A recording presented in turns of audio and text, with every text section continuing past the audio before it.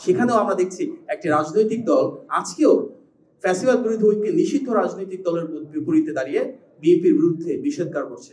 গণ অভ্যুত্থানে কেউ জিজ্ঞেস করে নাই কার ডানপন্থী রাজনীতি, কার বামপন্থী রাজনীতি, কার মধ্যপন্থী রাজনীতি, কার ইসলামপন্থী রাজনীতি। আমাদের বিভিন্ন বিষয়, বিশেষভাবে স্বাস্থ্য, শিক্ষা, কৃষি, কর্মসংস্থান, রাষ্ট্র পরিচালনার মূল নীতি কি হবে, রাষ্ট্র পরিচালনার কোন দলে কি পলিসি থাকবে, কি পলিটিক্স থাকবে, সেই ভ্যারিয়েশন থাকবে বলে আমরা ভিন্ন রাজনৈতিক দল।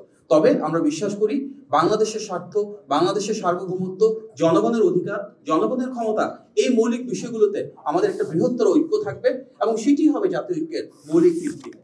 আমরা যদি গণ অভ্যুত্থানের দিকে তাকাই, সেখানে কিন্তু বিভিন্ন আদর্শ এবং মতের মানুষ এক হয়েছিলেন। গণ অভ্যুত্থানে কেউ জিজ্ঞেস করে নাই কার ডানপন্থী রাজনীতি, কার বামপন্থী রাজনীতি, কার মধ্যপন্থী রাজনীতি, কার ইসলামপন্থী রাজনীতি। আমাদের সবার একটাই পরিচয় ছিল, আমরা বাংলাদেশপন্থী রাজনীতি করতে চেয়েছি, যেখানে এমন একটি সরকার আসবে যেটি সত্যি জনগণের মাধ্যমে ক্ষমতায়িত হবে, এমন একটি সরকার আসবে যার স্বচ্ছতা এবং জবাবদিহিতা থাকবে। সেই বিশ্বাসকে ধারণ করি গত 16 বছর ধরে বাংলাদেশপন্থী রাজনীতির নেতৃত্ব দিয়েছে বিএনপি, নেতৃত্ব দিয়েছে আমাদের ভারপ্রাপ্ত চেয়ারম্যান জনাব তারেক রহমান।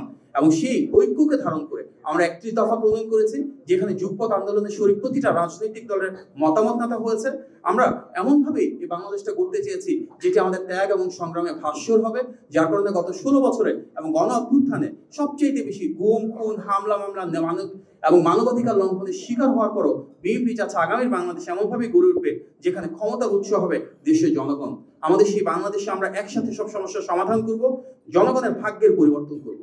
আজকে যেদিন আমরা একত্রিত হয়েছি, এটি কিন্তু খুব ভাইটাল একটা ডে, যেখানে গণতন্ত্রকামী প্রতিটি রাজনৈতিক দল এক হয়ে মাঠে আছে ফ্যাসিবাদ বিরোধী ঐক্যের উপর ভিত্তি করে। সেখানেও আমরা দেখছি একটি রাজনৈতিক দল আজকেও ফ্যাসিবাদ বিরোধী ঐক্যে নিষিদ্ধ রাজনৈতিক দলের বিপরীতে দাঁড়িয়ে বিএনপির বিরুদ্ধে নিষেধাজ্ঞা করছে, বিএনপির নেতৃত্বকে প্রশ্নবিদ্ধ করার চেষ্টা করছে। এটি তো গণ অভ্যুত্থানের আকাঙ্ক্ষা না। গণ অভ্যুত্থানের আকাঙ্ক্ষা ফ্যাসিবাদ বিরোধী ঐক্য, জনগণের ক্ষমতায়ন এবং অবশ্যই জনগণের ম্যান্ডেটের মাধ্যমে এমন একটি সরকার প্রতিষ্ঠা যেটি বাংলাদেশের স্বার্থ, জনগণের স্বার্থ, বাংলাদেশের সার্বভৌমত্ব প্রতিষ্ঠা করবে। এবং সেই ঐক্যকে ধারণ করে আমরা বলছি সবার আগে বাংলাদেশ, যেখানে প্রতিটি রাজনৈতিক দলের ভেতরে সম্পৃক্ত এবং সহমর্মিতা থাকবে, সৌহার্দ্য থাকবে, কোনো মিস ইনফরমেশন, ডিসইনফরমেশন থাকবে না, অযাচিতভাবে ক্যারেক্টার অ্যাসাসিনেশন থাকবে না। আমাদের ঐক্যের প্রতীক হয়ে উঠবে জনগণের জন্য একটি সুষ্ঠু, সুন্দর এবং সম্প্রীতিমূলক বাংলাদেশ প্রতিষ্ঠা করা, যেখানে সমৃদ্ধি থাকবে, যেখানে পলিটিক্স এবং পলিসির মাধ্যমে জনগণের আকাঙ্ক্ষার প্রতিফলন করবে।